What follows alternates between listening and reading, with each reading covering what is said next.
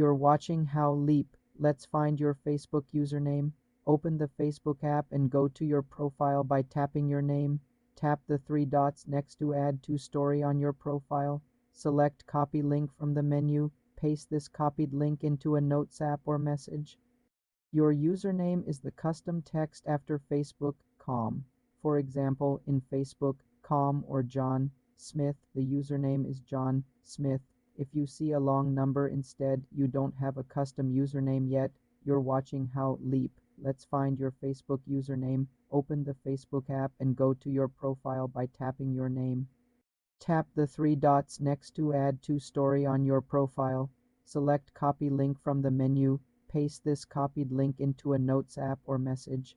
Your username is the custom text after Facebook com. For example, in Facebook com or John Smith, the username is John Smith. If you see a long number instead, you don't have a custom username yet.